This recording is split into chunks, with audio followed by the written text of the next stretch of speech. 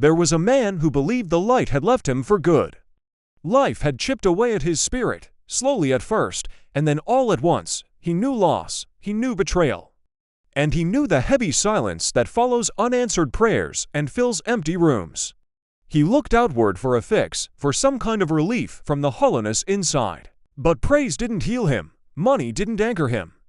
And every distraction he chased only delayed the inevitable return of his pain.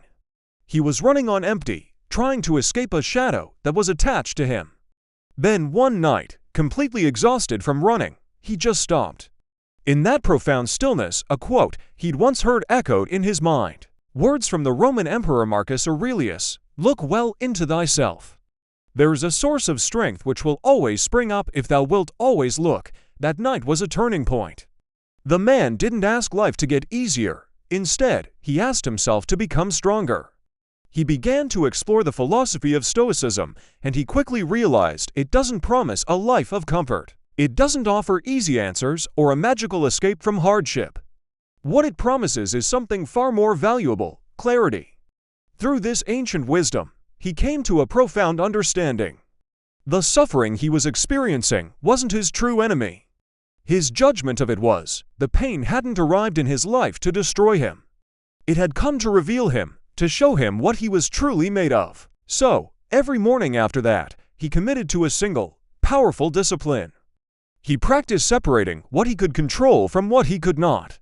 It was a simple yet transformative exercise. He couldn't control the past, the mistakes, the regrets, the losses. He couldn't control other people, their opinions, their actions, their betrayals. And he certainly couldn't control the unpredictable hand of fate. But he realized there was a whole universe of things he could control. He could control his response to any situation. He could control his character, forging it with integrity and purpose. He could control his discipline, choosing his actions with intention instead of reacting on impulse. And that, he discovered, was more than enough. It was everything.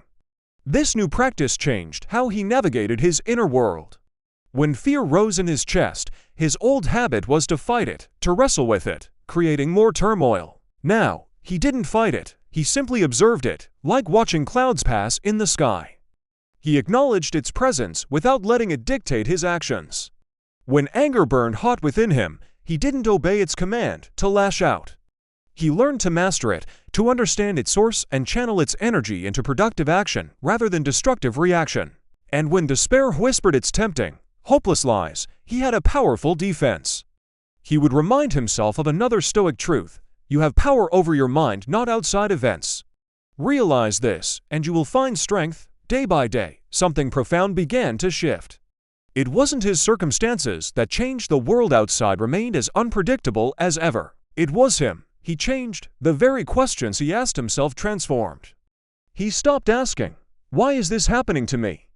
A question that only leads to a sense of victimhood and powerlessness. Instead, he started asking, "What is this training me to become?" This new question framed every challenge, not as a punishment, but as a lesson, an opportunity for growth. The darkness didn't just vanish overnight. The struggles were still real, but they stopped ruling him. They no longer had the power to define his state of being. He had discovered the timeless truth the Stoics have known for centuries: the light you are so desperately seeking is not somewhere out there in the future, waiting for your circumstances to improve. It's already within you. It's the fire beneath the ashes of your pain, your doubt, and your fear, waiting for discipline and self-awareness to uncover it. He learned that true resilience isn't loud or flashy. It's the quiet consistency of getting up every day and doing the work, especially when you don't feel like it.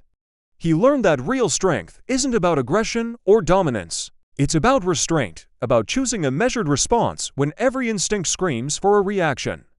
And he learned that peace is not found by escaping the challenges of life, but by standing firm and centered right in the middle of them.